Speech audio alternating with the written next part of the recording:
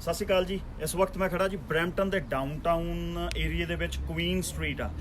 ਇਸ ਜਿਹੜੀ ਜਗ੍ਹਾ ਤੇ ਮੈਂ ਖੜਾ, ਇਸ ਜਗ੍ਹਾ ਨੂੰ ਵੈਸੇ ਤਾਂ ਕਿਸੇ ਇੰਟਰੋਡਕਸ਼ਨ ਦੀ ਲੋੜ ਨਹੀਂ, ਨਾ ਹੀ ਕਿਸੇ ਰੈਫਰੈਂਸ ਦੀ ਲੋੜ ਆ। ਜਦੋਂ ਤੁਸੀਂ ਕੈਨੇਡਾ ਪਹੁੰਚ ਕੇ ਯੂਜ਼ਡ ਕਾਰ ਲੈਣ ਬਾਰੇ ਸੋਚਦੇ ਹੋ ਤਾਂ ਸਭ ਤੋਂ ਪਹਿਲਾਂ ਜਿਹੜਾ ਨਾਂ ਆਉਂਦਾ ਉਹ ਬਾਈ ਜੀ ਆਟੋ ਸੇਲਸ ਦਾ ਹੀ ਆਉਂਦਾ, ਤੇ ਉਹਨਾਂ ਦੇ ਡਾਇਰੈਕਟਰ ਮਨੀ ਬੋਪਰਾ ਜੀ ਮੇਰੇ ਨਾਲ ਨੇ। ਲਾਈਵ ਹੋਣ ਦਾ ਮੇਰੇ ਪੇਜ ਤੋਂ ਜਿਹੜਾ ਕਾਰਨ ਬਣਿਆ, ਜਦੋਂ ਅਸੀਂ ਬੈਠ ਕੇ ਅੰਦਰ ਕਾਰ ਲੈਣੀ ਸੀ ਮੈਂ ਵੀ, ਤੇ ਮੈਂ ਬਾਈ ਜੀ ਉਹਨਾਂ ਨੂੰ ਮਿਲਿਆ ਕਿ ਤੇ ਅਸੀਂ ਗੱਲਾਂ ਬਾਤਾਂ ਛਿੜ ਪਈਆਂ। ਤੇ ਜਦੋਂ ਪਤਾ ਲੱਗਿਆ ਕਿ ਸਾਡੀ ਜਿਹੜੀ ਕਲਾਇੰਟੇਜ ਆ ਨਾ, ਜਿਹੜੀ ਕਲਾਇੰਟੇਜ ਦੀ ਕੈਟਾਗਰੀ ਉਹ ਆਲਮੋਸਟ ਸੇਮ ਆ, ਜਿਨ੍ਹਾਂ ਨੂੰ ਅਸੀਂ ਕੈਨੇਡਾ ਦੇ ਵਿੱਚ ਇੰਟਰਨੈਸ਼ਨਲ ਸਟੂਡੈਂਟ ਕਹਿੰਦੇ ਆ।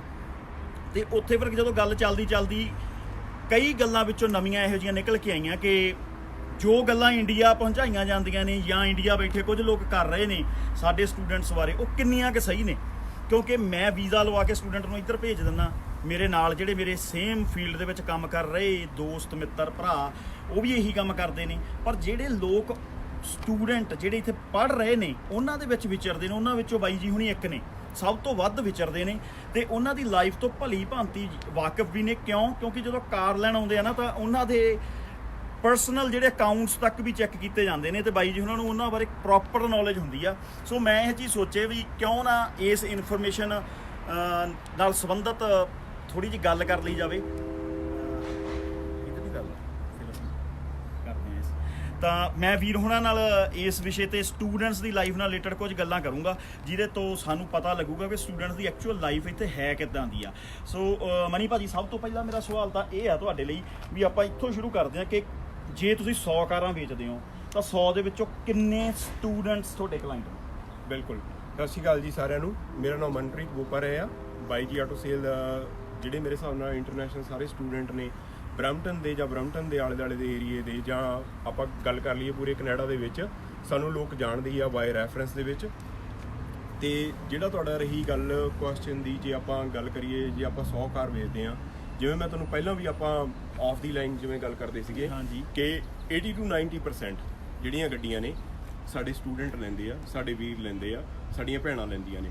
ਜਿਹੜੀਆਂ ਇੱਥੇ ਸਟੂਡੈਂਟ ਆਉਂਦੇ ਆ ਤੇ ਆਪਣੇ ਉਹ ਮਿਹਨਤ ਦੇ ਪੈਸੇ ਨਾਲ ਲੈਂਦੇ ਆ। ਮਨੀ ਭਾਜੀ, ਇੱਕ ਗੱਲ ਹੋਰ ਵੀ ਕਹੀ ਜਾਂਦੀ ਆ ਵੀ ਜਿਹੜੇ ਸਟੂਡੈਂਟ ਆ ਉਹ ਫੀਸਾਂ ਵੀ ਮਗਰੋਂ ਮੰਗਾਉਂਦੇ ਨੇ, ਕਾਰਾਂ ਵੀ ਉਹ ਆਪਦੇ ਮਾਂ ਪਿਓ ਦੇ ਗਲ 'ਚ ਅੰਗੂਠੇ ਦੇ ਕੇ ਉਹਨਾਂ ਤੋਂ ਪੈਸੇ ਮੰਗਵਾ ਕੇ ਮੰਗਾਉਂਦੇ ਨੇ। ਇਹ ਕਿੰਨੀ ਕੁ ਸੱਚਾਈ ਆ? ਕਿੰਨੇ % ਸਟੂਡੈਂਟ ਹੋਣਗੇ ਜਿਹੜੇ ਮਗਰੋਂ ਪੈਸੇ ਮੰਗਵਾਉਂਦੇ ਨੇ ਆਪਦੇ ਮਾਂ ਪਿਓ ਤੋਂ?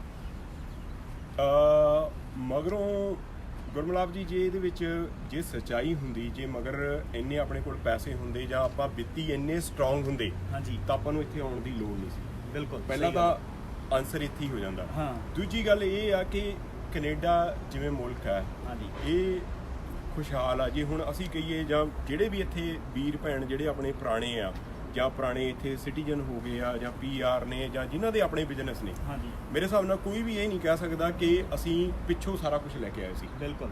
ਇੱਥੋਂ ਕੋਈ $1000 ਲੈ ਕੇ ਆਇਆ, ਕੋਈ $2000 ਲੈ ਕੇ ਆਇਆ, ਕੋਈ $10000 ਲੈ ਕੇ ਆਇਆ, ਕੋਈ $50000 ਲੈ ਕੇ ਆਇਆ। ਇੰਨਾ ਕੁ ਤਾਂ ਹੋ ਸਕਦਾ ਹੈ, ਇਸ ਤੋਂ ਵੱਧ ਕੁਝ ਨਹੀਂਗਾ। ਹਾਂ, ਇੰਨੀ ਕੁ ਗੱਲ ਦੀ ਸੱਚਾਈ ਹੈਗੀ ਆ ਕਿ ਮਾਂ ਪਿਓ ਜਿਹੜੀਆਂ ਉਹਨਾਂ ਦੀ ਪਹਿਲੀ ਫੀਸ ਆ ਜਾਂ ਜਿਹੜਾ ਵੀ ਉਹਨਾਂ ਦਾ ਪਹਿਲਾਂ ਵਾਲਾ ਖਰਚਾ ਹੁੰਦਾ ਉਹ ਕਰਕੇ ਭੇਜ ਦਿੰਦੇ ਆ। ਠੀਕ ਹੈ ਜੀ। ਉਹਦੇ ਵਿੱਚ ਵੀ ਬਹੁਤ ਵਾਰ ਅਸੀਂ ਇਹ ਸੁਣਿਆ ਕਿ ਉਹ ਕਈ ਵਾਰ ਪੈਸੇ ਫੜ ਕੇ ਜਾਂ ਕਿਸੇ ਰਿਸ਼ਤੇਦਾਰ ਤੋਂ, ਰਿਲੇਟਿਵ ਤੋਂ ਪੈਸੇ ਦੀ ਮਦਦ ਲੈ ਕੇ ਇੱਥੇ ਆ ਜਾਂਦੇ ਆ। ਮੁੜ ਕੇ ਉਹ ਆਪਣੇ ਪੇ ਤੋਂ ਜਾਂ ਮਿਹਨਤ ਦੀ ਕਮਾਈ ਤੋਂ ਸਾਰਾ ਕੁਝ ਕਰਦੇ ਆ। ਉਹਦੇ ਵਿੱਚ ਵੱਧ ਤੋਂ ਵੱਧ ਸੱਚਾਈ ਇਹ ਹੋ ਸਕਦੀ ਹੈ, ਮੈਂ ਕਹਿੰਦਾ 1 ਜਾਂ 0.5% ਹੋ ਸਕਦੇ ਆ ਬੱਚੇ ਜਿਹੜੇ ਨਹੀਂ ਉਰੇ ਕੰਮ ਕਰਦੇ, ਜਿਹੜੇ ਘਰੋਂ ਸਾਊਂਡ ਨੇ ਜਾਂ ਜਿਹਨਾਂ ਦੇ ਹੁਣ ਜਿਵੇਂ ਮਾਂ-ਬਾਪ ਕਹਿ ਕੇ ਭੇਜਦੇ ਆ ਵੀ ਤੁਹਾਨੂੰ ਲੋੜ ਨਹੀਂ ਜੀ ਕੰਮ ਕਰਨ ਦੀ, ਤੁਸੀਂ ਸਿਰਫ ਆਪਣਾ ਪੜ੍ਹਾਈ ਵੱਲ ਧਿਆਨ ਦੇਣਾ, ਸਿਰਫ ਉਹ ਹੋ ਸਕਦਾ। ਓਕੇ, ਚਲੋ ਸਭ ਤੋਂ ਪਹਿਲੀ ਤਾਂ ਇਹ ਗੱਲ ਕਲੀਅਰ ਹੋ ਗਈ ਕਿ ਜਿਹੜੇ ਸਟੂਡੈਂਟਸ ਇੱਥੇ ਗੱਡੀਆਂ ਲਈ ਫਿਰਦੇ ਨੇ ਜਾਂ ਜਿਹੜੇ ਸਟੂਡੈਂਟਸ ਕਾਰਾਂ ਜਿਨ੍ਹਾਂ ਕੋਲੇ ਰੱਖੀਆਂ ਹੋਈਆਂ ਨੇ, ਉਹਨਾਂ ਬਾਰੇ ਇੱਕ ਗੱਲ ਤਾਂ ਕਲੀਅਰ ਹੋ ਗਈ ਕਿ ਉਹ ਮੈਕਸਿਮਮ ਮਤਲਬ 100 ਦੇ ਪਿੱਛੇ 98% ਸਟੂਡੈਂਟ ਉਹ ਨੇ ਜਿਹੜੇ ਆਪਦੀ ਹੱਡ ਭੰਨਵੀਂ ਮਿਹਨਤ ਦੇ ਨਾਲ ਉਹ ਕਾਰਾਂ ਅਫੋਰਡ ਕਰਦੇ ਨੇ, ਉਹ ਕਾਰਾਂ ਚਲਾਉਂਦੇ ਨੇ। ਕਿਉਂਕਿ ਕਾਰਾਂ ਲਗਜ਼ਰੀ ਤਾਂ ਹੈ ਹੀ ਹੈ, ਨਾਲ ਉਹਨਾਂ ਦੀ ਜ਼ਰੂਰਤ ਵੀ ਹੈ। ਕਿਉਂਕਿ ਕੈਨੇਡਾ ਇੱਕ ਇਹੋ ਜਿਹਾ ਮੁਲਕ ਆ ਜਿੱਥੇ ਰਹਿ ਕੇ ਤੁਸੀਂ ਫਾਈਨੈਂਸ਼ੀਅਲੀ ਆਪਦੇ ਆਪ ਨੂੰ ਸਾਊਂਡ ਰੱਖਣਾ ਜਾਂ ਬੈਲੈਂਸ ਰੱਖਣਾ ਤਾਂ ਕੰਮ ਕਰਨਾ ਬਹੁਤ ਜ਼ਰੂਰੀ ਆ। ਤੇ ਕੰਮ ਤੇ ਟਾਈਮ ਸਿਰ ਪਹੁੰਚਣ ਦੇ ਲਈ, ਆਪਦੀ ਪੜ੍ਹਾਈ ਨੂੰ, ਕੰਮ ਨੂੰ ਬੈਲੈਂਸ ਕਰਨ ਦੇ ਲਈ ਤੁਹਾਡੇ ਕੋਲ ਕਾਰ ਹੋਣੀ ਬਹੁਤ ਜ਼ਿਆਦਾ ਜ਼ਰੂਰੀ ਆ। ਸੋ ਇੱਕ ਚੀਜ਼ ਕਲੀਅਰ ਕਰ ਦੇਣੀ ਚਾਹੁੰਦਾ ਕਿ ਬੱਚੇ ਸਟੂਡੈਂਟ ਆਪਦੀ ਮਿਹਨਤ ਦੇ ਨਾਲ ਕਾਰਾਂ ਲੈਂਦੇ ਨੇ, ਤੇ ਜੇ ਮਿਹਨਤ ਕਰਦੇ ਨੇ ਇਟ ਮੀਨਸ ਇੱਥੇ ਕੰਮ ਵੀ ਆ। ਮਨੀ ਭਾਈ, ਤੁਹਾਡੇ ਹਿਸਾਬ ਦੇ ਨਾਲ ਜਿਵੇਂ ਪਿੱਛੇ ਜੇ ਕੁਝ ਗੱਲਾਂ ਉੱਡੀਆਂ ਸੀ ਕਿ ਜੌਬਸ ਹੈ ਨਹੀਂ ਗੀਆਂ, ਕੰਮ ਹੈ ਨਹੀਂ ਗੇ, ਬੱਚੇ ਪੜ੍ਹਦੇ ਨਹੀਂ ਇੱਥੇ ਆ ਕੇ, ਬੱਚੇ ਗਲਤ ਕੰਮਾਂ 'ਚ ਆ ਕੇ ਆਪਦੀਆਂ ਕਾਰਾਂ ਗੱਡੀਆਂ ਲੈਣ ਦੇ ਲਈ ਜਾਂ ਉਹਨਾਂ ਦੀ ਜੋ ਇਹ ਚੀਜ਼ਾਂ ਦੇਖਦੇ ਨੇ ਇਹੋ ਜੀ ਲਗਜ਼ਰੀ ਲਾਈਫ ਅਫੋਰਡ ਕਰਨ ਦੇ ਲਈ ਉਹ ਗਲਤ ਕੰਮਾਂ ਨੂੰ ਅਪਣਾ ਰਹੇ ਨੇ। ਤੁਹਾਡਾ ਕੀ ਕਹਿਣਾ? ਤੁਹਾਨੂੰ ਕਿੰਨੇ ਕੁ ਇਹੋ ਜਿਹੇ ਸਟੂਡੈਂਟ ਮਿਲੇ ਨੇ ਜੋ ਗਲਤ ਕੰਮਾਂ ਦੇ ਥਰੂ ਆਏ ਤੁਹਾਡੇ ਕੋਲੇ ਜਾਂ ਗਲਤ ਕੰਮ ਕਰਦੇ ਕਾਰਾਂ ਖਰੀਦਣ ਆਏ? ਇਹਦੇ ਬਾਰੇ ਕੁਝ ਦੱਸ ਸਕਦੇ ਹੋ? ਦੇਖੋ, ਜਿਹੜੀਆਂ ਇੰਡੀਆ ਦੇ ਵਿੱਚ ਮੈਨੂੰ ਪਤਾ ਤੁਸੀਂ ਕਿੱਥੇ ਗੱਲ ਲੈ ਕੇ ਆ ਰਹੇ ਹੋ, ਬਹੁਤ ਕੁਝ ਇਮੀਗ੍ਰੇਸ਼ਨ ਵਾਲੇ ਬੰਦੇ ਹੈਗੇ ਆ ਜਿਹੜੇ ਗਲਤ ਅਫਵਾਹਾਂ ਇਹਦੀਆਂ ਫੈਲਾ ਰਹੇ ਆ ਕਿ ਸਾਡੀਆਂ ਭੈਣਾਂ ਜਾਂਦੀਆਂ ਨੇ ਜਾਂ ਆਪਣੇ ਛੋਟੇ ਬੱਚੇ ਜਿਹੜੇ ਇੱਧਰ ਆਉਂਦੇ ਹੈਗੇ ਆ ਪੜ੍ਹਨ, ਠੀਕ ਹੈ, ਉਹ ਗਲਤ ਕੰਮ ਕਰਦੇ ਆ। ਖਾਸ ਕਰਕੇ ਕੁੜੀਆਂ ਨੂੰ ਇਹਦੇ ਵਿੱਚ ਟਾਰਗੇਟ ਕੀਤਾ ਗਿਆ ਜੀ। ਔਰ ਦੇਖੋ, ਮੇਰੇ ਹਿਸਾਬ ਨਾਲ ਉਹ ਅਣਖ ਗੈਰਤ ਪੰਜਾਬੀਆਂ ਦੇ ਵਿੱਚ ਹਜੇ ਵੀ ਕਾਇਮ ਹੈ। ਉਹ ਮਰਦੇ ਮਰ ਜਾਣਗੇ, ਇਹੋ ਜਿਹੇ ਗਲਤ ਕੰਮ ਨਹੀਂ ਕਰਦੇ। ਬਿਲਕੁਲ ਸਹੀ ਹੈ ਜੀ। ਠੀਕ ਹੈ, ਇਹ ਮੇਰੇ ਹਿਸਾਬ ਨਾਲ ਜਿਹੜੀ ਵੀ ਚੀਜ਼ ਹੈ ਇਹ ਅਫਵਾਹ ਫੈਲਾਈ ਜਾ ਰਹੀ ਆ ਨੈਗੇਟਿਵ ਐਡਵਰਟਾਈਜ਼ਮੈਂਟ ਕਰਨ ਲਈ, ਬਿਲਕੁਲ ਜੀ, ਤੁਹਾਡੇ ਨੇੜੇ ਆਉਣ ਨੂੰ। ਪਰ ਪੰਜਾਬੀ ਮੈਨੂੰ ਨਹੀਂ ਲੱਗਦਾ ਇਹ ਚੀਜ਼ ਸਹਿਣ ਕਰਨਗੇ।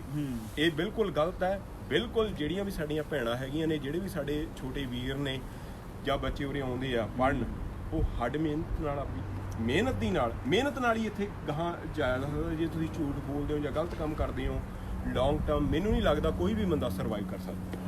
ਮਨੀ ਭਾਜੀ, ਇੱਕ ਜਿਹੜਾ ਹੁਣ ਆਪਾਂ ਥੋੜੀ ਜੀ ਇਨਫੋਰਮੇਸ਼ਨ ਵੀ ਸਟੂਡੈਂਟਸ ਨੂੰ ਪ੍ਰੋਵਾਈਡ ਕਰ ਦਈਏ ਕਿ ਜਦੋਂ ਬੱਚੇ ਇੱਥੇ ਪਹੁੰਚ ਜਾਂਦੇ ਨੇ, ਉਹਦੇ ਕ੍ਰੈਡਿਟਸ ਬਣਾਉਂਦੇ ਨੇ, ਕ੍ਰੈਡਿਟ ਕਾਰਡ ਬਣਾਉਂਦੇ ਨੇ, ਉਹਨਾਂ ਨੂੰ ਕਿਸ ਤਰੀਕੇ ਨਾਲ ਮੇਨਟੇਨ ਕਰਨ ਤਾਂ ਜੋ ਉਹਨਾਂ ਨੇ ਕਾਰ ਲੈਣੀ, ਅੱਗੇ ਉਹਨਾਂ ਦਾ ਘਰ ਲੈਣਾ ਜਾਂ ਅੱਗੇ ਸੈਟਲ ਡਾਊਨ ਹੋ ਕੇ ਕੋਈ ਬਿਜ਼ਨਸ ਲੈਣਾ, ਅਫੋਰਡ ਉਹਨਾਂ ਨੂੰ ਉਹਦੇ ਵਿੱਚ ਕੋਈ ਦਿੱਕਤ ਨਾ ਆਵੇ, ਕ੍ਰੈਡਿਟ ਪ੍ਰੋਬਲਮ ਨਾ ਆਵੇ, ਉਹ ਕਿਸ ਤਰੀਕੇ ਨਾਲ ਆਪਦੀ ਕ੍ਰੈਡਿਟ ਨੂੰ ਮੇਨਟੇਨ ਕਰਕੇ ਰੱਖਣ? ਬਿਲਕੁਲ, ਇਹ ਗੁਰਮਲਾਪ ਜੀ ਬਹੁਤ ਮਹੱਤਵਪੂਰਨ ਕੁਐਸਚਨ ਹੈ, ਜਿਵੇਂ ਆਪਾਂ ਕਹਿੰਦੇ ਹਾਂ ਇੰਪੋਰਟੈਂਟ ਕੁਐਸਚਨ ਹੈ। ਤੇ ਕਿਵੇਂ ਤੁਸੀਂ ਆਪਣਾ ਕ੍ਰੈਡਿਟ ਬਿਲਡ ਕਰਦੇ ਹੋ? ਸਭ ਤੋਂ ਪਹਿਲਾਂ ਕੋਈ ਵੀ ਆਉਂਦਾ, ਕੋਈ ਵੀ ਇੱਥੇ ਵਰਕ ਪਰਮਿਟ ਤੇ ਆਉਂਦਾ, ਕੋਈ ਵੀ ਸਟੂਡੈਂਟ ਆਉਂਦਾ, ਸਭ ਤੋਂ ਪਹਿਲਾਂ ਉਹ ਕ੍ਰੈਡਿਟ ਕਾਰਡ ਲਵੇ। ਖਾਸ ਕਰਕੇ ਜਿਹੜਾ ਕ੍ਰੈਡਿਟ ਕਾਰਡ ਲਿੰਕਡ ਹੁੰਦੇ ਨੇ, ਜਿਵੇਂ ਟਰਾਂਸ ਯੂਨੀਅਨ ਨਾਲ ਜਾਂ ਕੋਫੈਕਸ ਨਾਲ, ਠੀਕ ਹੈ, ਤੇ ਉਹਨੂੰ $1000 ਦਾ ਤੁਹਾਡਾ ਕ੍ਰੈਡਿਟ ਕਾਰਡ ਮਿਲ ਜਾਂਦਾ। ਉਹਨੂੰ ਮੇਨਟੇਨ ਕਿਵੇਂ ਕਰਨਾ? ਠੀਕ ਹੈ ਜੀ। ਮੇਨਟੇਨ ਜ਼ਿਆਦਾਤਰ ਸਟੂਡੈਂਟ ਇਹ ਕਰਦੇ ਹੈਗੇ, ਆਪਣੀ ਫੀਸ ਉਹਦੇ ਵਿੱਚੋਂ ਭਰ ਦਿੰਦੇ ਆ, 1000 ਯੂਜ਼ ਕਰਦੇ ਆ। ਨਹੀਂ, ਜੇ ਤੁਹਾਡੇ ਕੋਲ 1000 ਦਾ ਕ੍ਰੈਡਿਟ ਕਾਰਡ ਹੈਗਾ, ਠੀਕ ਹੈ ਜੀ, ਵੱਧ ਤੋਂ ਵੱਧ 70% ਉਹਦੇ ਵਿੱਚ ਯੂਜ਼ ਕਰ ਲਓ। 700 ਕਰ ਸਕਦੇ ਹੋ, 700 ਤੱਕ ਕਰ ਸਕਦੇ ਹੋ, ਬਟ ਉਹਨੂੰ ਨਾਲ ਦੀ ਨਾਲ ਪੇ ਕਰੋ। ਕਦੇ ਵੀ ਮਿਨੀਮਮ ਪੇਮੈਂਟ ਨਹੀਂ ਕਰਨੀ। ਠੀਕ ਹੈ ਜੀ, ਕਿਉਂਕਿ ਬੈਂਕਾਂ ਇੱਥੇ ਜਿਹੜੀਆਂ ਹੈਗੀਆਂ ਨੇ ਉਹਨੂੰ ਹੀ ਪੈਸਾ ਦਿੰਦੀਆਂ ਨੇ ਜਦ ਬੈਂਕ ਨੂੰ ਇਹ ਲੱਗੇ ਕਿ ਇਹਨਾਂ ਨੂੰ ਲੋੜ ਨਹੀਂ, ਇਹਨਾਂ ਨੂੰ ਲੋੜ ਨਹੀਂ, ਠੀਕ ਹੈ, ਤਾਂ ਬੈਂਕ ਦਿੰਦੀਆਂ ਨੇ। ਜੇ ਤੁਸੀਂ $1000 ਦਾ ਕ੍ਰੈਡਿਟ ਕਾਰਡ ਚੱਕਿਆ ਹੈਗਾ ਔਰ ਤੁਸੀਂ ਉਹਦੀ ਪੇਮੈਂਟ ਪ੍ਰੋਪਰ ਨਹੀਂ ਕਰ ਰਹੇ, ਉਹਦੀ ਪੇਮੈਂਟ ਮਿਨੀਮਮ ਕਰ ਰਹੇ ਹੋ, ਤਾਂ ਬੈਂਕ ਸੋਚਦੀ ਆ ਵੀ ਇਹ $1000 ਨਹੀਂ ਭਰ ਰਿਹਾ ਤਾਂ ਇਹ ਗਾਹਾਂ ਗੱਡੀ ਦੇ ਪੈਸੇ ਕਿਵੇਂ ਮੋੜੇਗਾ। ਠੀਕ ਹੈ, ਔਰ ਦੂਜੀ ਚੀਜ਼ ਇੱਥੇ, ਕਿਉਂਕਿ ਜਿਹੜਾ ਮੁਲਕ ਹੈਗਾ ਜਾਂ ਆਪਾਂ ਇੱਥੇ ਆਏ ਆ, ਕਿਉਂਕਿ ਇੱਥੇ ਰੈਕਡ ਨਹੀਂ, ਜਿਵੇਂ ਮੈਂ ਤੁਹਾਡੇ ਨਾਲ ਪਹਿਲਾਂ ਵੀ ਗੱਲ ਕਰ ਰਿਹਾ ਸੀ, ਜੇ ਰੈਕਡ ਤੁਸੀਂ ਗੁੱਡ ਮੇਨਟੇਨ ਕਰਦੇ ਹੋ, ਕ੍ਰੈਡਿਟ ਹਿਸਟਰੀ ਗੁੱਡ ਬਣਾਉਂਦੇ ਹੋ, ਤਾਂ ਤੁਸੀਂ ਪਹਿਲਾਂ ਕਾਰ ਤੋਂ ਬਾਅਦ ਘਰ ਤੋਂ ਬਾਅਦ ਕੁਝ ਵੀ ਲੈ ਸਕਦੇ ਹੋ। ਠੀਕ ਹੈ ਜੀ, ਚਾਹੇ ਤੁਹਾਡੇ ਕੋਲ ਜੇਬ 'ਚ ਪੈਸਾ ਨਹੀਂ ਹੈਗਾ, if you have the good credit, like ਤੁਸੀਂ ਕੁਝ ਵੀ ਲੈ ਸਕਦੇ ਹੋ। ਫਿਰ ਸੈਕੰਡ ਚੀਜ਼ ਆਪਾਂ ਆ ਜਾਂਦੇ ਆ, ਬਹੁਤ ਸਾਰੀਆਂ ਇਸ ਤਰ੍ਹਾਂ ਦੀਆਂ ਵੀ ਖਬਰਾਂ ਆਉਂਦੀਆਂ ਨੇ ਕਿ ਬਹੁਤ ਵਾਇਲੈਂਸ ਹੋ ਰਹੀ ਆ, ਬਹੁਤ ਕੁਝ ਹੋ ਰਿਹਾ। ਮੇਰੇ ਹਿਸਾਬ ਨਾਲ ਉਹ ਵੀ 1-ਅੱਧਾ% ਹੀ ਹੈ। ਠੀਕ ਹੈ, 99% ਨੂੰ ਇਹੀ ਕੀਤਾ ਜਾ ਸਕਦਾ, ਕਿਉਂਕਿ ਪੰਜਾਬੀ ਜਾਣੇ ਜਾਂਦੇ ਆ ਮਿਹਨਤ ਦੇ ਲਈ। ਠੀਕ ਹੈ, ਬਿਲਕੁਲ ਹਾਰਡ ਵਰਕ ਦੇ ਲਈ। ਬਿਲਕੁਲ ਸਹੀ। ਬਹੁਤ ਸਾਰੀਆਂ ਚੀਜ਼ਾਂ ਹੈਗੀਆਂ ਨੇ, ਬਹੁਤ ਸਾਰੀਆਂ ਏਜੰਸੀਆਂ ਇਸ ਤਰ੍ਹਾਂ ਦੀਆਂ ਵੀ ਕੰਮ ਕਰਦੀਆਂ ਨੇ ਜਿਹੜੀਆਂ ਵੈਸੇ ਹੀ ਸਾਨੂੰ ਬਦਨਾਮ ਕਰਨਾ ਚਾਹੁੰਦੀਆਂ ਨੇ। ਬਿਲਕੁਲ। ਸੋ ਇਹ ਅਫਵਾਹਾਂ ਤੋਂ ਵੀ ਦੂਰ ਹੋ ਕੇ, ਕਿਉਂਕਿ ਅਸੀਂ ਮਿਹਨਤ ਦੇ ਲਈ ਜਾਣੇ ਜਾਂਦੇ ਆ, ਮਿਹਨਤ ਦੇ ਨਾਲ ਹੀ ਅੱਜ ਕਾਰੋਬਾਰ ਹੈਗੇ ਨੇ। ਪਰ ਫਿਰ ਵੀ ਜੇ ਇੱਥੇ ਕਿਸੇ ਦਾ ਬੈਡ ਕ੍ਰੈਡਿਟ ਹੋ ਜਾਵੇ, ਜੇ ਕੋਈ ਵਾਇਲੈਂਸ ਕਰਦਾ ਹੈਗਾ, ਤਾਂ ਉੱਥੇ ਰੈਕਡ ਮਾੜੇ ਹੁੰਦੇ ਆ। ਠੀਕ ਹੈ, ਜੇ ਤੁਹਾਡਾ ਬੈਡ ਕ੍ਰੈਡਿਟ ਹੋ ਜਾਏ, ਬੈਡ ਰੈਕਡ ਹੋ ਜਾਏ, ਕ੍ਰਿਮੀਨਲ ਰੈਕਡ ਹੋ ਜਾਵੇ, ਤੁਹਾਨੂੰ ਕੋਈ ਵੀ ਜੌਬ ਨਹੀਂ ਦਊਗਾ। ਸੈਕੰਡ ਚੀਜ਼, ਥਰਡ ਚੀਜ਼ ਜਿਹੜੀ ਚੀਜ਼ ਖਿਆਲ ਰੱਖਣ ਦੀ ਲੋੜ ਹੈਗੀ ਹੈ, ਜੇ ਤੁਹਾਡੇ ਕੋਲ ਲਾਇਸੈਂਸ ਹੈਗਾ, ਲਾਇਸੈਂਸ ਦੇ ਵਿੱਚ ਜੇ ਤੁਹਾਡੇ ਕੋਲ ਪ੍ਰੋਪਰ ਤੁਸੀਂ ਡਰਾਈਵਿੰਗ ਕਰਦੇ ਹੋ, ਸਪੀਡਿੰਗ ਨਹੀਂ ਕਰਦੇ, ਠੀਕ ਹੈ, ਰੈਕਡ ਮੇਨਟੇਨ ਰੱਖਦੇ ਹੋ, ਲਾਇਸੈਂਸ ਵਧੀਆ ਰੱਖਦੇ ਹੋ, ਤਾਂ ਤੁਹਾਨੂੰ ਇੰਸ਼ੋਰੈਂਸ ਸਸਤੀ ਮਿਲਦੀ ਹੈ। ਸਹੀ ਹੈ, ਸਾਰਾ ਸਾਰਾ ਕੁਝ ਰੈਕਡ ਮੇਨਟੇਨ ਨਾਲ ਹੀ ਆ, ਕਿਉਂਕਿ ਆਪਾਂ ਆਏ ਔਰ ਇਹ ਬੈਟਰ ਲਾਈਫ ਦੇ ਲਈ। ਬਿਲਕੁਲ, ਬੈਟਰ ਲਾਈਫ ਉੱਥੇ ਹੀ ਹੈਗੀ ਆ ਜੇ ਆਪਾਂ ਸਾਰੇ ਰੈਕਡ ਮੇਨਟੇਨ 'ਚ, if you have good credit, ਤੁਸੀਂ ਕੁਝ ਵੀ ਲੈ ਸਕਦੇ ਹੋ। ਜੇ ਤੁਹਾਡਾ ਡਰਾਈਵਿੰਗ ਰੈਕਡ ਗੁੱਡ ਹੈਗਾ, ਤੁਹਾਡੀ ਇੰਸ਼ੋਰੈਂਸ ਸਸਤੀ ਹੋਏਗੀ। ਜੇ ਤੁਹਾਡਾ ਕ੍ਰਿਮੀਨਲ ਰੈਕਡ ਨਹੀਂ ਹੈਗਾ, ਤੁਸੀਂ ਕਿਤੇ ਵੀ ਜੌਬ ਕਰ ਸਕਦੇ ਹੋ।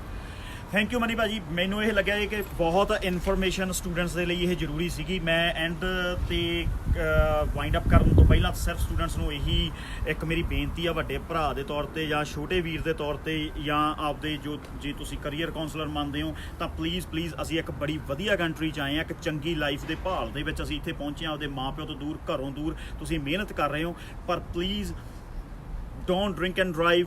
ਆਪਦੇ ਲਾਇਸੈਂਸ ਦੇ ਉੱਤੇ ਸਪੀਡਿੰਗ ਦੀਆਂ ਟਿਕਟਾਂ ਐਂਡ ਇਹਨਾਂ ਸਾਰੀਆਂ ਚੀਜ਼ਾਂ ਤੋਂ ਬਚਾਉਣ ਦੇ ਲਈ ਜਿਵੇਂ ਮਨੀ ਭਾਜੀ ਉਹਨਾਂ ਨੇ ਕਿਹਾ ਕਿ ਕ੍ਰੈਡਿਟ ਗੁੱਡ ਰੱਖਣਾ ਬਹੁਤ ਜ਼ਰੂਰੀ ਆ, ਕਿਉਂਕਿ ਇਹ ਗਵਰਨਮੈਂਟ ਨੂੰ, ਜੇ ਤੁਸੀਂ ਇੱਥੇ ਜੌਬ ਕਰਨੀ ਆ, ਜੇ ਤੁਸੀਂ ਘਰ ਲੈਣਾ, ਜੇ ਤੁਸੀਂ ਗੱਡੀਆਂ ਲੈਣੀਆਂ, ਜੇ ਤੁਸੀਂ ਆਪਦੇ ਬਿਜ਼ਨਸ ਰਨ ਕਰਨਾ ਚਾਹੁੰਦੇ ਆ, ਤਾਂ ਗੁੱਡ ਕ੍ਰੈਡਿਟ ਹੋਣਾ ਸਭ ਤੋਂ ਜ਼ਰੂਰੀ ਆ। ਸੋ ਮੈਨੂੰ ਲੱਗਦਾ ਸਟੂਡੈਂਟ ਵੀਰਾਂ ਲਈ ਇਹ ਸਭ ਬੜੀ ਇਨਫੋਰਮੇਟਿਵ ਵੀਡੀਓ ਹੋਊਗੀ। ਇੰਨਾ ਕਹਿੰਦਾ ਹੋਇਆ ਖਿਮਾ ਦਾ ਜੱਜ ਜੀ, ਧੰਨਵਾਦ।